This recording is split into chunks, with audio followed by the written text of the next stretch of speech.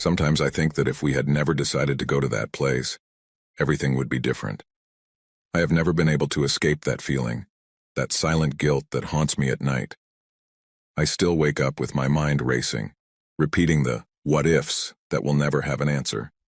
This is the story of what happened during our vacation in the woods, a story I have carried with me ever since, a story that changed my life forever. The story of how my sister, Layla, disappeared without a trace, and how that event shattered all of us. It was summer and my family, as usual, had decided to take a vacation, but that year we wanted to do something different. Throughout our childhood and adolescence, we had spent our vacations at the beach or in some small rural village.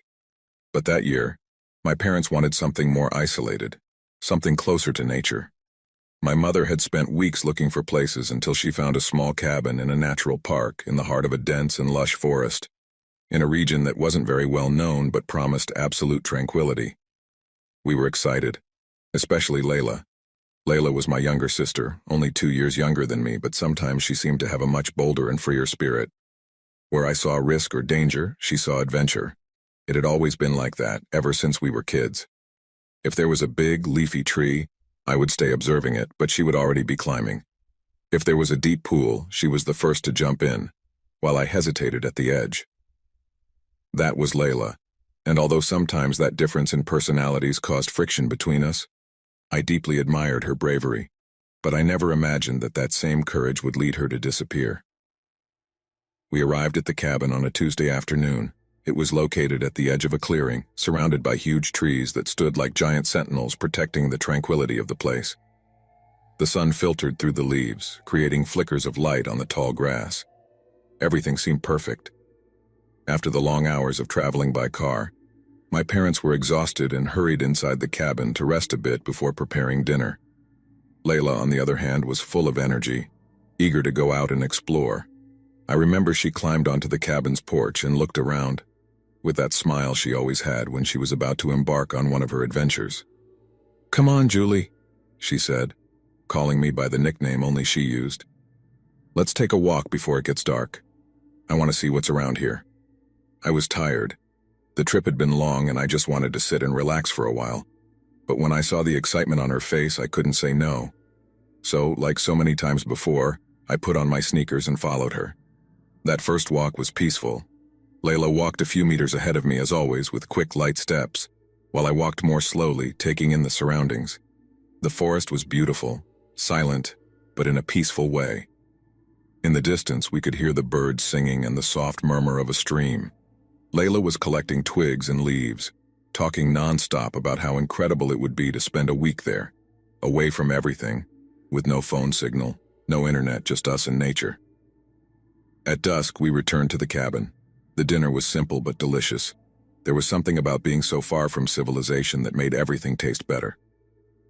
My mother smiled at us while Layla excitedly shared her plans for the coming days, swimming in the nearby lake, going on long hikes and exploring beyond the marked trails. I nodded, trying to match her enthusiasm, although a part of me just wanted to relax and read a book by the fireplace. The second day was when the real problem started. We decided to hike to a lookout point that, according to the brochures, offered a panoramic view of the forest. Layla, of course, was excited. I enjoyed walking, but I didn't have the same need to explore every corner as she did. However, I let myself be swept along by her enthusiasm. We left early after a quick breakfast with our backpacks full of water and some food. The trail was narrow, lined with tall ferns and bushes. As we moved forward, the forest became denser, and the air felt more humid, as if we were venturing into a jungle. Layla walked ahead, pushing the branches aside with her hands, always one step beyond what seemed prudent. I followed, as always, with a mix of admiration and worry. I knew Layla could take care of herself, but I couldn't shake the knot in my stomach every time she got too far away. We walked for hours. The lookout, according to the map, was about 5 kilometers from the cabin, but at the pace we were going, it felt like we were never going to get there. Layla kept suggesting detours, wanting to explore small paths that didn't appear on the map. At each of those moments, my instinct told me we shouldn't, that we should stay on the main trail. But Layla always had a way of convincing me. She'd tell me it would be fun, that nothing would happen, that we'd only be gone for a few minutes. It was during one of those detours that things started to get strange. We veered off the main trail, following a narrow path that Layla said should lead us to a river. We had seen the river on the map, and she was convinced we could reach it faster if we took that shortcut. At first, it didn't seem like a bad idea. The forest was quiet, and although the ground was covered with roots and rocks that made walking difficult, it didn't seem dangerous. But as we went deeper, the atmosphere began to change. The sound of the birds, which had been constant throughout the morning, began to fade. The wind, which had been whispering through the trees, stopped. The air became heavy, almost suffocating. I remember telling Layla that we should turn back, that something didn't feel right, but she just laughed and kept walking. "Don't be such a scaredy cat, Julie. We're fine. I just want to see the river. I promise we'll go back to the main trail after that." But something inside me told me we weren't fine. I don't know how to describe it. It was a feeling in my stomach, a knot of anxiety that grew with every step we took. The forest, which had initially seemed beautiful and welcoming, now felt closed in, oppressive.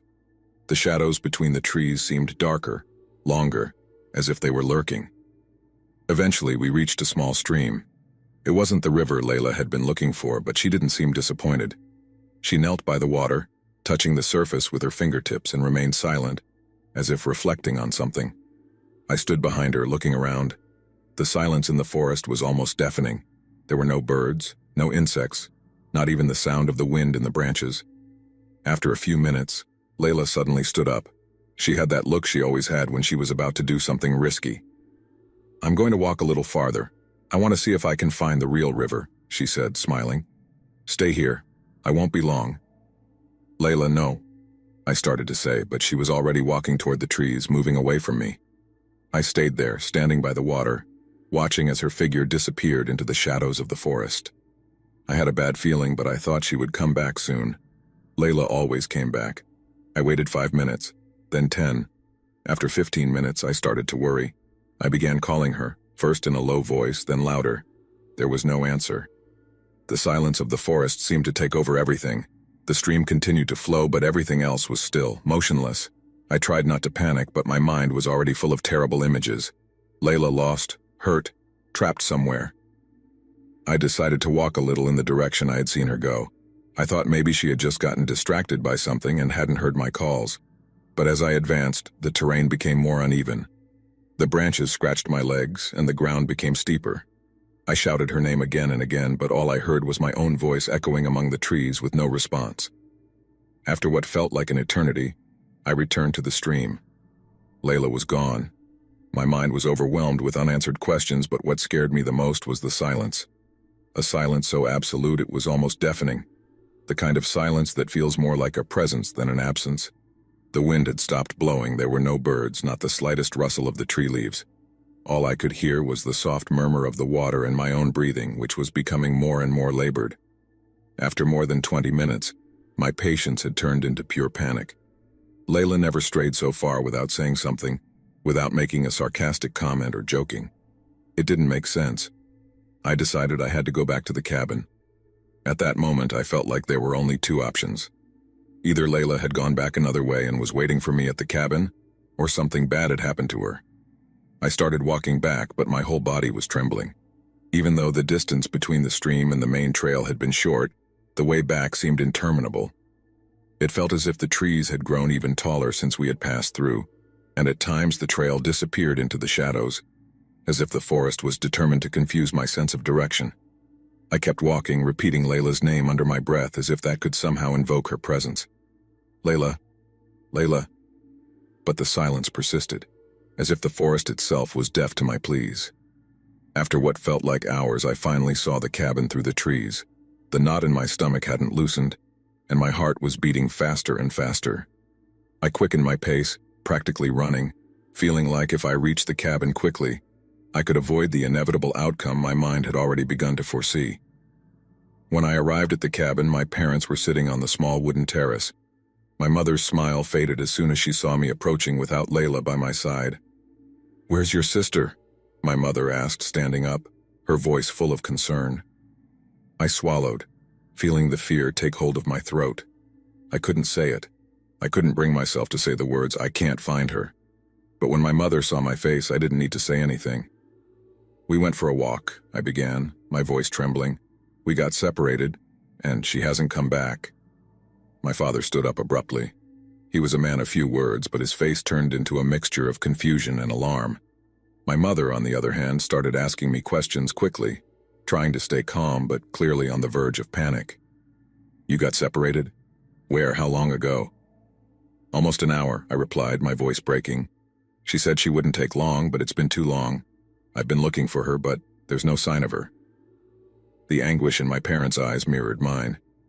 We knew the forest was dense, that if Layla had taken a detour, she could have gotten disoriented. But something in the depths of my heart told me this was more than that. However, for everyone's sake, we tried to remain calm. My father decided he had to search for her himself. He wanted to make a quick search around the area, thinking she might have just gotten lost a few meters beyond where I had been. He asked me to show him exactly where I had last seen her, and we headed back into the woods together. We quickly reached the stream where Layla and I had been. My father, always so pragmatic, began to examine the ground, looking for any sign of her passing. A broken branch, footprints in the mud, anything. But there was nothing. Everything was exactly as I had left it. My father started calling her, his loud voice echoing in the emptiness of the forest. "Layla! Layla!" But the silence remained undisturbed. We waited a few minutes, maybe expecting her to appear from among the trees, perhaps embarrassed for having strayed so far. But nothing. "Let's go back," my father finally said, his voice lower now. "We need to get help." That walk back to the cabin was even worse than the first time. I felt like each step was taking us farther away from Layla, as if I were leaving her behind in that dark forest. My mind was trying to make sense of what was happening, but it couldn't. How is it possible for someone to simply disappear in a matter of minutes? When we arrived at the cabin, my mother was on the phone, trying to contact the park rangers. There was no mobile coverage, but there was a landline phone in the cabin that worked. When we finally got through, the park rangers responded quickly. They said they would come immediately, but the forest was vast, and because night was falling, the search conditions would be complicated. Time seemed to stop while we waited for them to arrive. My mother paced back and forth in the small cabin living room, her hands trembling slightly. I felt paralyzed. Every minute that passed without news was another minute that Layla was lost, alone somewhere in that forest, and I didn't know how to help her. I thought about all the times Layla had gotten into minor trouble, always coming out unscathed. But this time I wasn't so sure. This forest wasn't like the others. Finally, we heard the sound of a car approaching. A couple of park rangers got out of their vehicle and headed toward us. They were professionals, and although they showed a calm and confident demeanor, I could see in their eyes that they didn't underestimate the situation. They knew that finding someone in such a vast forest wouldn't be easy, especially if the person left no trace. "Where did you last see her?" one of them asked, an older man with a gray beard adjusting his cap. I took them back to the spot where Layla had vanished, trying to remember every detail, although everything already felt like a blurry whirlwind. I pointed out the direction she had taken, explaining that she had wanted to look for a river, but after more than 20 minutes, she hadn't returned. The park rangers began walking around the area, checking every corner, searching for signs. Meanwhile, my father kept calling her name, his voice growing hoarser with the effort. The daylight was starting to fade, and with it, the hope of finding Layla before nightfall. After a quick but thorough search, the park rangers decided that we would have to wait until the next morning to organize a more extensive search with more personnel and rescue teams. The forest at night was dangerous, and without natural light, the chances of finding Layla decreased dramatically. That decision broke my heart. I couldn't imagine Layla being out there, in the middle of the darkness alone, perhaps hurt. While we waited in the safety of the cabin, that night was one of the worst of my life. Sitting in the small living room of the cabin with my mother and father in silence, all of us staring at the floor, feeling the weight of fear and helplessness. The forest, so close and at the same time so distant, felt like a lurking monster, holding Layla somewhere among its shadows. Dawn brought more help. Rescue teams arrived with trained dogs, and groups were organized to scour every inch of the nearby forest. I joined them despite my parents' protests. I couldn't just sit there doing nothing. I needed to do something, anything, even if it was just to feel like I was trying to help. The hours passed, but there was no sign of Layla. Every time the dogs sniffed something, my heart raced, only to plummet again when they found nothing conclusive. The forest seemed to have swallowed my sister without leaving a single clue. as if she had never been there. I clearly remember the third day of the search. I was exhausted, both physically and emotionally, but I kept walking, looking around, hoping to see something that others hadn't noticed. That's when one of the rescuers, a young man with a sweat-covered face, approached me and said something that chilled me to the bone. "This isn't the first case of someone disappearing in this area," he said quietly, glancing around as if he didn't want the others to hear. "There have been others. People who go out for a walk and don't come back." The young rescuer, with his tired but serious look, dropped those words that paralyzed me. "This isn't the first case of someone disappearing in this area." I felt the air grow dense around me, as if the weight of what he had just said couldn't support itself. Other cases? My mind refused to process it. How could there have been more people who disappeared in the same place where we were searching for Layla? The rescuer must have seen the horror on my face, because he immediately tried to soften what he had just said. "Look, I'm not saying it's the same," he began, waving his hands as if he wanted to push the weight of his words aside. "Some of those people were found later, but in a forest this big, it's not unusual for someone to be lost for days." But I wasn't listening anymore. My mind was trapped in the implications of what I had just heard. People who don't come back. That phrase echoed in my head like a warning bell. I remembered the past days, the exhaustive search, the dogs tracking, the park rangers combing the terrain. And yet there hadn't been a single sign of Layla. It was as if the forest had swallowed her, as if she had ceased to exist at the exact moment we had separated. After the rescuer walked away to rejoin the others, I stood there in silence, feeling the cold wind on my skin despite the warm day. The whole scene, that forest that had initially seemed peaceful and full of life, was now transforming into a hostile place, almost hungry. As if Layla's disappearance was part of something bigger, darker, something I couldn't see but had always been there. It couldn't be. Layla had to be somewhere. The hours turned into days, and desperation began to take hold of all of us. With each passing day, the chances of finding Layla alive diminished. The statistics were cruel. After 72 hours, the likelihood of finding someone lost in a forest dropped dramatically. Nevertheless, the search continued. My parents barely spoke, but I could see how the anguish was consuming them. My mother, who had always been a strong and determined woman, seemed to shrink more and more with each passing day without news. My father, usually the practical and calm man, now spent long moments in silence, staring at the horizon as if he could discover something the others had missed. I felt torn between hope and guilt. How could I have gotten separated from Layla in the first place? She was my sister, and I should have protected her, insisted that we not stray so far from the trail. I was tormented every night by the memory of her figure disappearing among the trees, her carefree voice telling me she wouldn't take long. If I had followed her at that moment, if I hadn't let her go alone, would things have been different? On the fourth day, things began to change. The rescuers, already exhausted and without new leads, started to scale back the search operation. They didn't say it outright, but I could read it in their eyes. There was no trace, not a footprint, not a piece of clothing, nothing. That morning, the head of the search team, a man in his 50s with a face weathered by the sun, met with my father and spoke to him quietly. I could hear part of the conversation from where I was sitting. "We've covered almost all the ground around the area where you last saw her," he said, his voice heavy with exhaustion. "If we don't find something soon, we'll have to reassess the situation." My father simply nodded, though his jaw was clenched. I could see how he was trying not to lose control. My mother, sitting next to me, closed her eyes and took a deep breath, but she didn't say anything.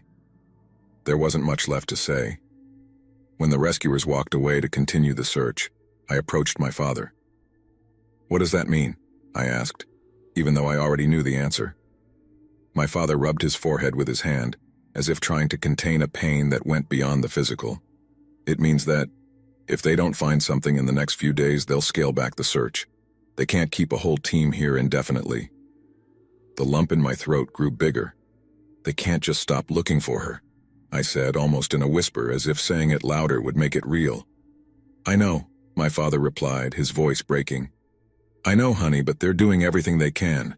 The forest is huge, and they've already covered a large part of the terrain." The forest is huge. Those words echoed over and over in my mind. Yes, it was huge, but it was also a forest that had been explored for centuries, by hikers, hunters, and locals, so why couldn't they find Layla? The following days were more of the same. The rescue team shrank. Some local volunteers, people who lived in the surrounding areas and knew the terrain, joined the search. But the atmosphere had changed. It was no longer a hopeful search, but one marked by resignation.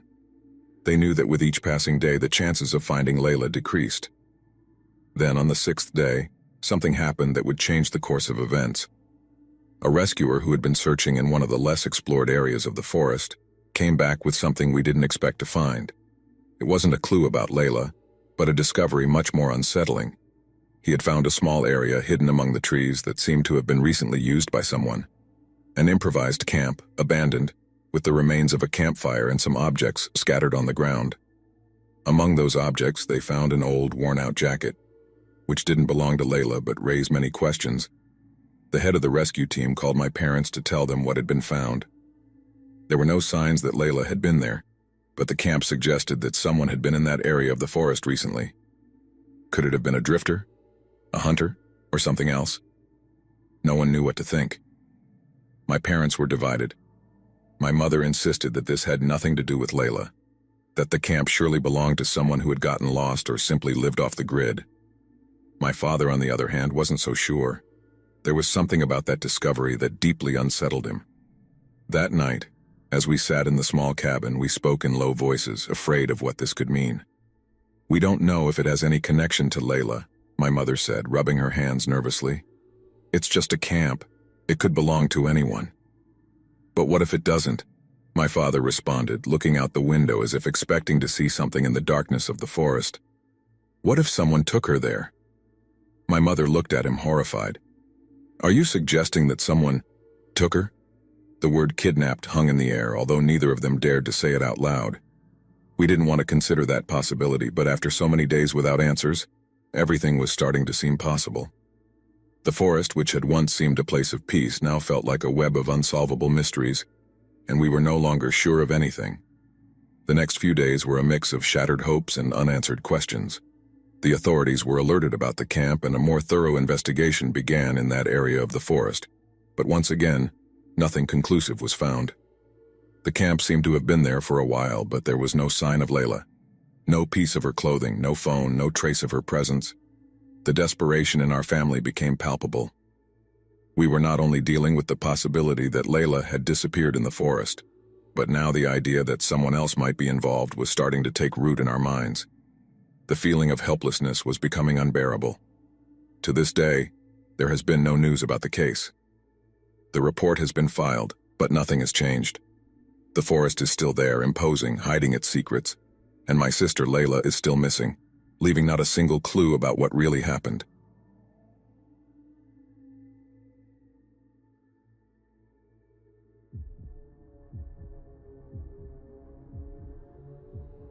I have been known to spend my summer and fall weeks in the wilderness of Idaho and Montana, fishing, hiking, and generally surviving outdoors. There was one season when I had an experience that really disturbed me, so much so that I didn't even tell anyone. I made a report to the police, but that was it. This happened during one of those same summers. I was in the middle of nowhere in Montana. There was a lake, and I had heard some rumors that I planned to investigate. The descent into that remote valley was no joke at all, 14.5 kilometers, most of it at such a steep incline that my legs were trembling before I was even halfway down. If you slipped, the jagged slate would slice you to pieces. Every step I took was calculated, deliberate. There was absolutely no room for negligence there. When I got to the bottom and saw that crystal-clear lake nestled between two cliffs, all that effort melted into the background. The water was like a mirror shimmering under the sun, untouched and completely pristine.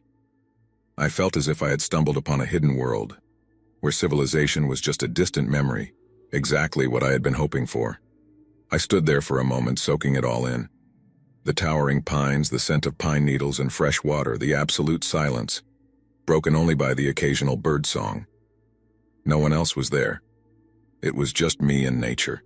I had heard rumors about this place. Some remote fishermen swore it held landlocked salmon, some as big as your arm. I wasn't sure whether to believe them, but I was there to find out. Of course, everyone hears about these landlocked salmon, but they're not always easy to find. This was a bucket list trip for me. Once I shook off the fatigue from the hike, I dropped my backpack and set up my rod. eager to hit the water before even thinking about setting up camp. The fish didn't disappoint. Cast after cast, I was pulling in beautiful specimens, 900 grams or a kilo each, and they all fought like demons. By the time the sun was at its peak in the sky, I already had half a dozen good-sized salmon on a stringer.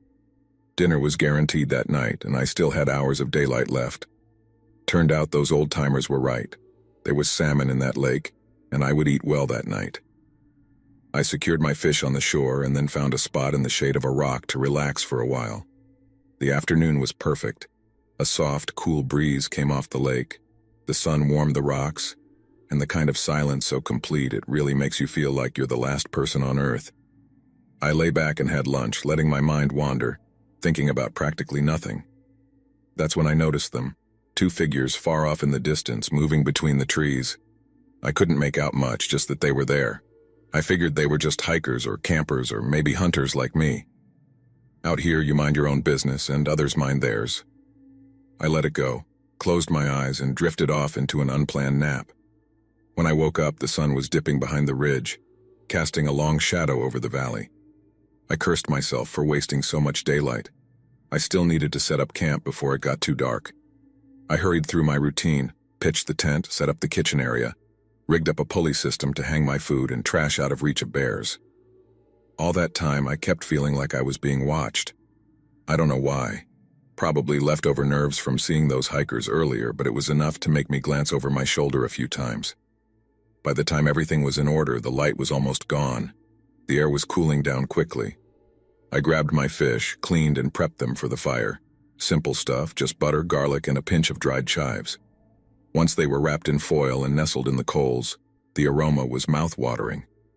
As I sat there, enjoying one of the best meals I'd ever cooked, I noticed a faint glow on the shore, far off. Another fire. And beyond it, I could just make out the flicker of shadows moving too. It had to be the people I saw earlier. I figured they were settling in for the night, just like me. But then the shouting started. At first it was muffled by the distance, the sound of voices rising in some sort of argument. I couldn't make out any words, just the tone, agitated, angry. I thought maybe it was some sort of drunken dispute, some campers getting rowdy. Then it escalated quickly. The shouting turned into something primal, desperate even, and then came the scream. A high-pitched wail that made the hairs on the back of my neck stand on end. It bounced off the cliffs, echoed through the valley, and hung in the air much longer than it should have. It was one of those screams you never forget, the kind that burrows into your bones. I could feel my pulse pounding in my ears as I tried to process what I was hearing. I froze, staring into the darkness where that fire flickered in the distance. Part of me told myself it wasn't my problem, that whatever was happening over there had nothing to do with me. But I couldn't just sit there pretending I hadn't heard it. I stood up, straining to see through the shadows. The scream had stopped abruptly, leaving behind a horrible, deafening silence. My stomach tightened when I heard something else. Footsteps running, crunching over gravel and fallen branches, getting closer. Whoever it was, I could hear them stumbling through the loose slate. They'd be cut to shreds by the time they got here. The next thing I knew, someone burst out of the trees and staggered into the glow of my fire. A woman. Her eyes were wide, she was covered in bruises, and her clothes were torn and hanging off her like rags. She looked like she had been through hell. "Help me," she gasped, her voice hoarse from screaming. "Please, they're coming." Blood trickled from a multitude of wounds, cuts on her head, arms, and legs. I couldn't believe what I was seeing. She asked for help again and then collapsed on the ground on the verge of tears. I acted on instinct. "Get in the tent," I whispered, grabbing her arm and pushing her inside. "Stay quiet." She crawled in without hesitation, curling up in a corner, shaking like a leaf. I zipped up the tent and sat down by the fire, trying to look as casual as possible, though my heart was pounding in my chest. This was very out of character for me, but I guess this whole situation was. All I knew was this woman had run to me, and now she was asking for help. This was the only thing I could think of at the time. A few minutes later I heard them, two men. They appeared just outside the light, hard-edged shadows with rough voices. They stopped when they saw me, their eyes narrowing as they took in the scene. I realized right away these guys were trouble. "Hey friend," one of them said, his voice slick and too friendly. "Have you seen a girl pass by here?" I shook my head. "Nope, I heard some yelling, but I thought it was just coyotes or something. They exchanged a look, and one of them took a step closer, his gaze fixed on me. He had the kind of face that looked like it was carved out of stone, rough, weathered, with a glint of malice in his eyes. "You sure about that, pal? We've lost someone. She might be in trouble." I held his gaze, forcing myself to shrug. "Like I said, I haven't seen anyone. I'm just out here fishing, trying to enjoy some peace and quiet." I could tell the men weren't buying it. They kept prowling around, their eyes scanning my camp for something out of place. I stayed still, kept my expression neutral, and slowly took another bite of my fish, pretending this was just another night in the woods. Eventually, the one who seemed to be in charge grunted and nodded toward the darkness. "All right then, keep your eyes open. If you see her, let us know." "Sure," I replied, grateful my voice didn't betray the adrenaline coursing through me.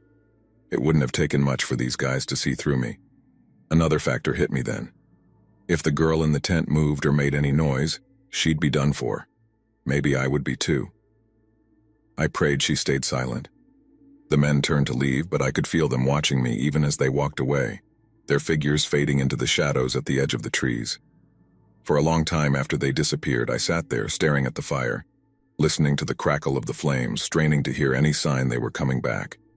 The woman didn't make a sound from inside the tent, thank God. I could see those two goons hiding in the tree line for the next 15 or 20 minutes, watching my every move. They were convinced I had the girl, so they kept their distance, observing. After what felt like an eternity, the forest returned to its eerie calm. I glanced down casually and saw the men were gone. My thoughts raced as I unzipped the tent and peeked inside. The woman's eyes met mine, filled with terror, pleading for answers I didn't have. Her breathing was ragged and her knuckles were white from clutching her knees to her chest. "They're gone for now," I whispered. "But we need to talk. What the hell is going on?" She hesitated, tears welling up. I could see she was struggling to decide whether to trust me or not. But whatever she had been through must have been worse than taking her chances with a stranger. "Everything's gone to hell," she stammered. "I was with some friends, or so I thought. We were just camping like you, but things went bad, really bad." "Bad how?" I asked, casting a nervous glance toward the tree line where those men had vanished. "It was supposed to be a fun weekend," she said, shaking her head like she was trying to wake up from a nightmare. "But they started arguing, mostly about me. Jealousy, possessiveness, like I was somebody's girlfriend. They got drunk and things spun out of control. One of them, Todd, he's the worst. He's obsessed. He said if he couldn't have me, no one could. When I tried to leave, he went crazy and got really violent with me, and that's when I ran." Her words hit me like a punch to the gut, suddenly aware of how isolated we were out here. No cell service, no quick way out. We were miles from the nearest road, deep in the belly of that valley, with nothing but our wits and whatever I had in my pack. "Look," I said, "we can't stay here.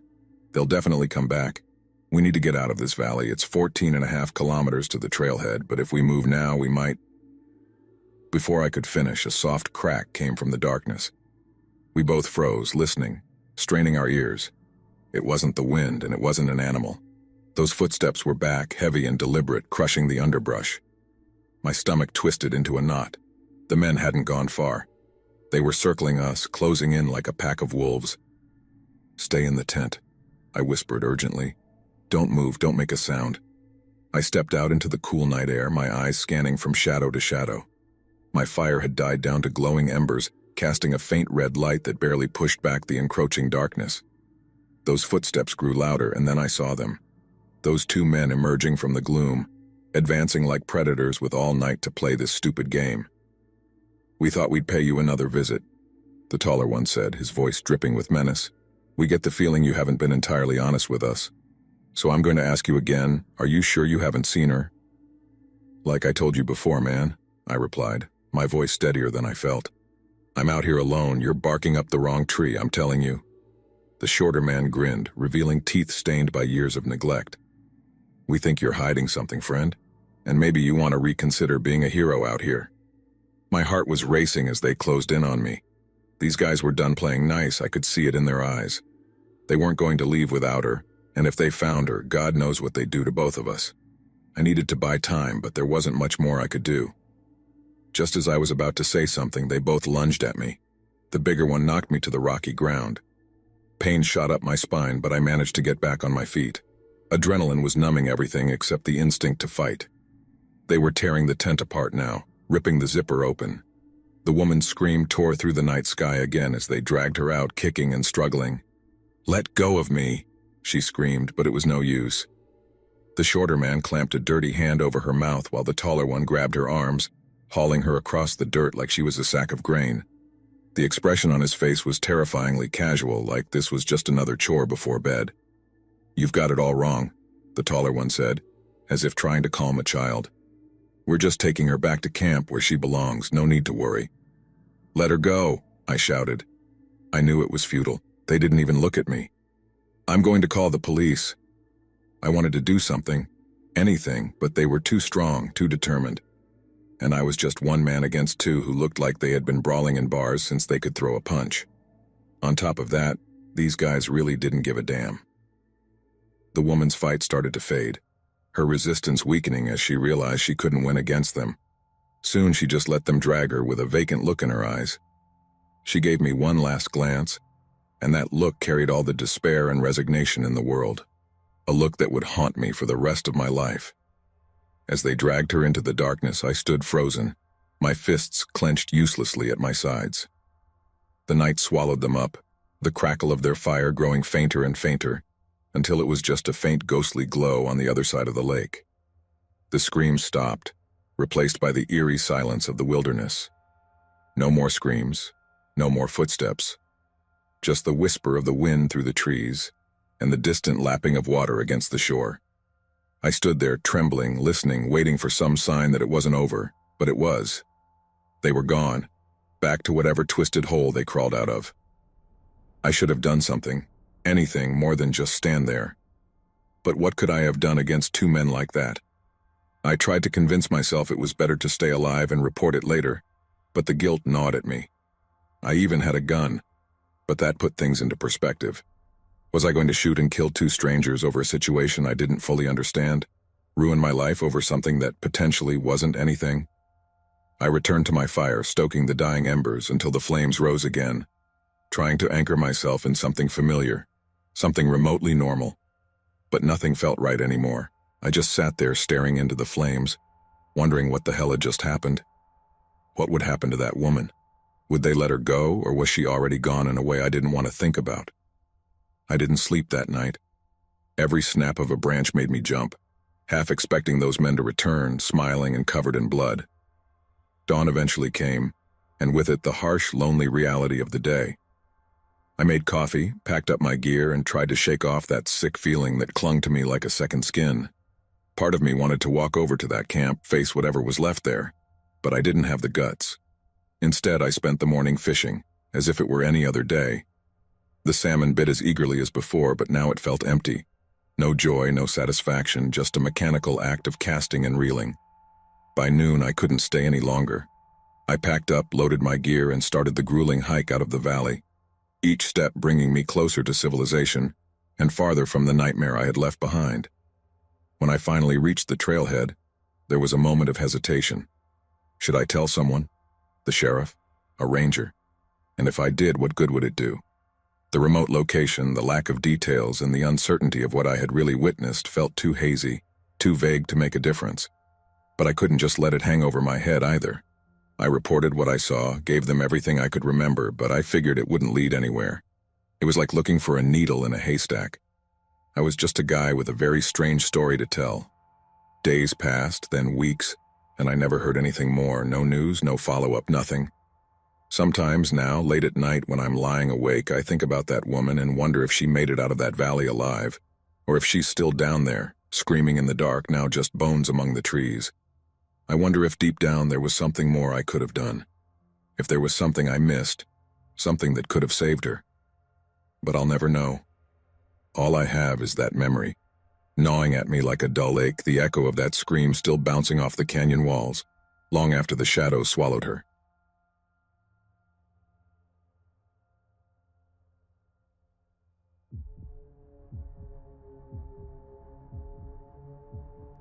My name is Alexander.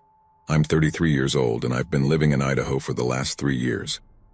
To be completely transparent, I didn't write this story specifically as a submission for your channel. But after it appeared in my recommendations feed, and I saw that you accept submissions, I thought I'd found the perfect place for the warning I'm about to give you and your viewers. Although I have no doubt that what you're about to read may scare or disturb you, I assure you that's not my intention. My only wish is that you and your subscribers pay attention to what I'm about to say. You see, I believe there's someone living off the grid here in Beaverhead Deer Lodge National Forest, and I know for a fact that this person is very, very dangerous. Part of the reason I moved to Boise from my native California, besides all the financial reasons, is that there are a total of 10 national forests within a manageable distance from the city. I was a Boy Scout as a kid. My dad and uncles used to take me and my cousins during summer vacations, and I found a group of college buddies to go hiking with when I was at UC Irvine. So when it came time to pick a place to start a new life, Boise quickly rose to the top of my wish list once I realized it combined urban comforts, a low cost of living, and the kind of natural beauty that made Southern California feel more like Manhattan than Malibu. During that first year in Idaho, I spent a lot of time hiking in Boise National Forest and the Snake River conservation areas, which are right on our doorstep.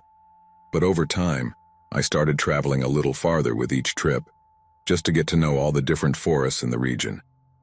I drove up to Sawtooth once, went to Payette for a weekend, then went as far as Bitterroot, Salmon Chalice, and finally Beaverhead Deer Lodge. I made multiple trips to each of the previously mentioned parks. I mean, you don't really get to know a place after 1 or 2 hikes, but I only made 1 trip to Beaverhead, and if I ever get over my fear of that place, you can bet I'll steer clear of the hills between Maverick and Stewart Mountains. And if you value your life, you should too. In the southern part of Beaverhead Deer Lodge Forest lies the valley between Maverick and Stewart Mountains. At its westernmost point, where 2 streams meet, the valley is open and treeless, but as you travel further east, the trails narrow into what I can only describe as a capillary system of narrow paths. It reminded me of one of those old hedge mazes like the one in The Shining, only on a much larger scale. All the trails looked almost identical, with wide grassy paths and pine-covered hills obscuring the view on either side. You can't really get lost these days, not if you're armed with the right skills and equipment, but if there was ever a place where I felt slightly disoriented by the terrain, it was there. You'd make a few turns, think you were back on the main trail, and suddenly the path would narrow and you'd find yourself in a dead end. I suppose for a less experienced hiker that could have been cause for concern, but for me it was almost nostalgic. I hadn't felt even remotely lost in nearly 15 years at that point, so for me there was something almost thrilling about it. It had been years since I'd felt that same sense of adventure while hiking. I still enjoyed it, but I had long since lost that sense of childlike awe and wonder, so to have it back was really something. I kept exploring for about an hour, just wandering the trails to try to familiarize myself with that part of the valley. Then, while I was walking along a particular stretch of the trail, I started to smell something that smelled a lot like campfire smoke. For quite some time now, I've had the habit of introducing myself to any hikers and campers I come across. Some might call that intrusive or even annoying, but to me, those are big city ideas. I understand where my critics are coming from, but at the risk of sounding melodramatic, the woods aren't the kind of place where you want to go unnoticed. Part of it is just being friendly, chatting with some nice strangers, but there's also a practical side. I do a lot of solo hiking, and as much as I take all the necessary precautions, I'm still a lot more vulnerable than most. I like people to know I'm there, and I like to know just a little bit about who I'm sharing a trail or park with. That way, if I sense even the slightest hint of bad vibes, I can disappear before trouble presents itself. So I smell the campfire smoke and suspect it's coming from the hill to my right. I walk a little up the slope and then, lo and behold, the smell of smoke gets stronger and stronger the further I walk. And so I kept going, following the scent like a human bloodhound until finally the pines cleared, and I came upon a kind of treeless shelf on the hillside. It was almost completely hidden from view, and just when I was thinking, this is flat enough to build on, I realized someone already had. About 50 meters away, someone had built what looked like a small 2-room cabin, complete with the beginnings of a small garden out front and a short woven fence marking the boundary of the property. My first thought when I saw it was, this can't be legal, because as much as many national parks and forests encourage overnight camping, any kind of permanent dwelling is strictly forbidden. But at the same time, this person's dwelling was an impressive work and obviously wasn't built overnight. In which case, how had they managed to stay there so long without getting in trouble with the Forest Service? All this was running through my mind, and I was just standing there, staring at the little cabin in awe when, suddenly, the front door of the cabin swung open, and out came a bald guy in his 40s or 50s, wearing a dirty tank top and a pair of blue jeans. Now his cabin had a couple of windows with what looked like hinged shutters, but he hadn't looked out of them before stepping outside. So the moment he saw me, I saw a look of surprise cross his face, and he didn't seem too happy to see me. I thought I'd obviously given him quite a scare, so my first instinct was to raise a hand and wave, just to let him know I meant no harm. He didn't wave back, though. He just went back inside his little cabin and then came out seconds later armed with what looked like a bolt-action hunting rifle. I want to make it clear that I hadn't stepped onto this man's property, and I put the word property in quotes deliberately. I also wasn't armed or carrying any sort of trekking poles when he saw me. All this guy saw was a nerdy, overweight guy with glasses, wearing a ridiculous hat and sporting a patchy beard, and his first move was to go grab his rifle. The moment I saw it, I turned around and started walking back down the hill toward the tree line, and as I walked, I shouted, "All right, sir, I got the message, I'm leaving." Hindsight is always 20/20, I suppose, and I guess I should have run as fast as I could, but at the moment I thought running would be the loudest way to announce my guilt. If I ran into the trees, he'd think I was doing something wrong, maybe shoot, and that would be the end of it. But if I walked with my hands up, not trying to pull my own weapon, and just trying to de-escalate the situation, then maybe everything would be fine.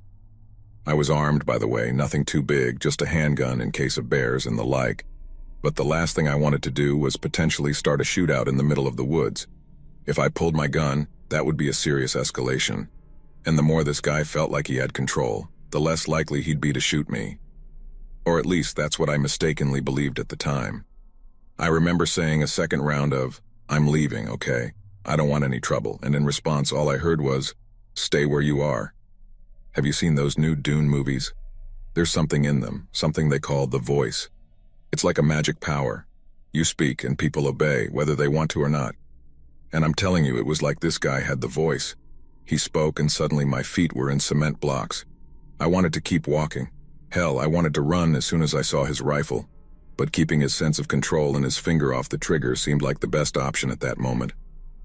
I also can't stress enough how much I didn't want to shoot this guy and turn a relaxing hike into one of the darkest chapters of my life.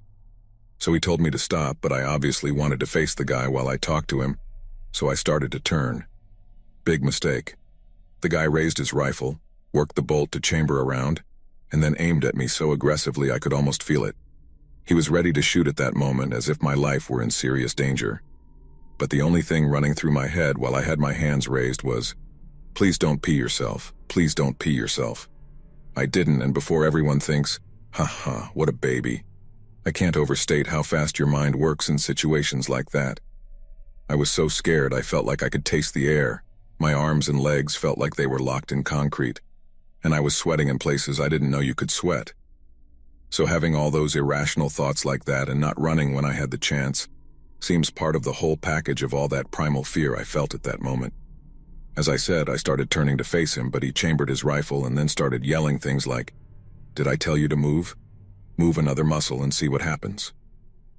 All I could think to say was the same thing I'd already repeated. Things about wanting to leave, about how I just came across his place and was curious. He looked me up and down for a second and then asked if I was from the government.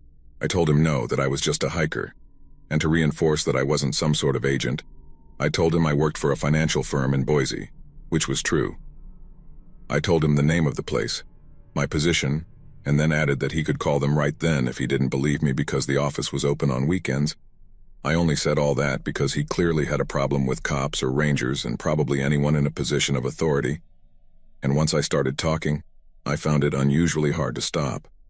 I was still talking when he told me to shut up, and then, after a few seconds of what seemed like thinking, he asked me a question that once again made me wonder if I was going to pee myself or not. The guy lowered his rifle just a little, which was somewhat comforting but not much, and then he asked, "Do you believe in God?"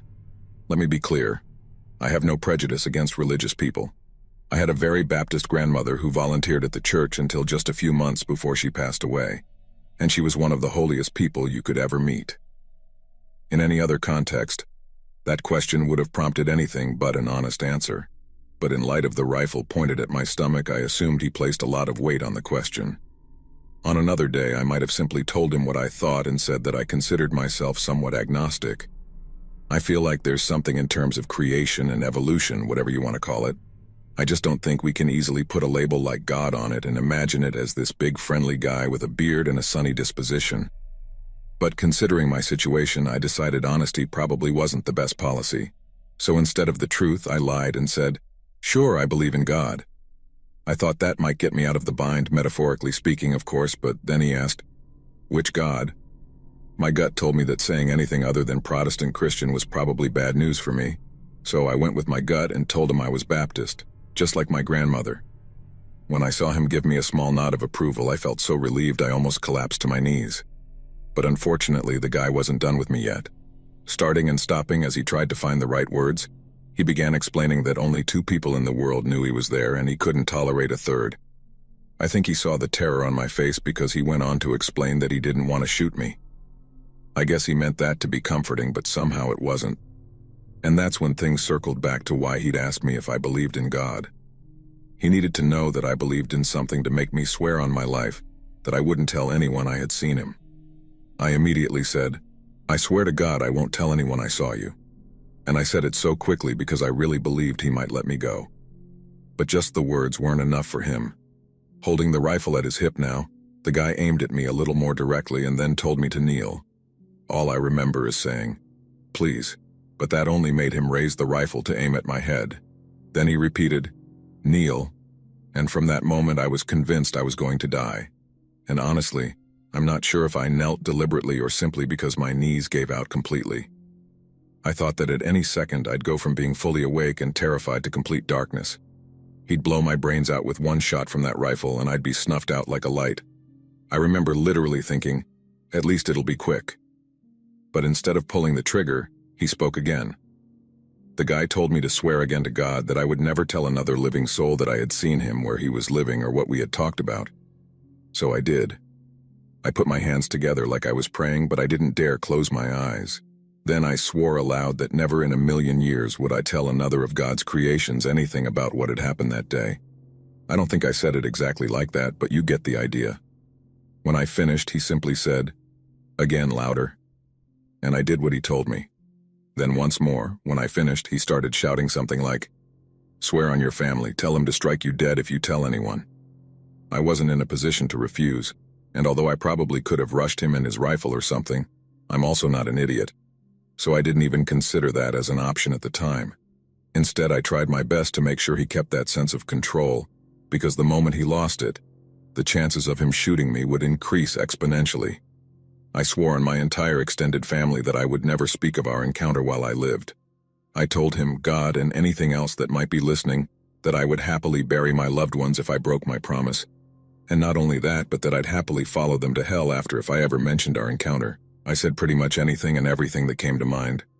But once I really thought about my mom and dad and how devastated they'd be to hear that my body was found on that hill, that's when I started getting sentimental. I guess that's what really satisfied him in the end.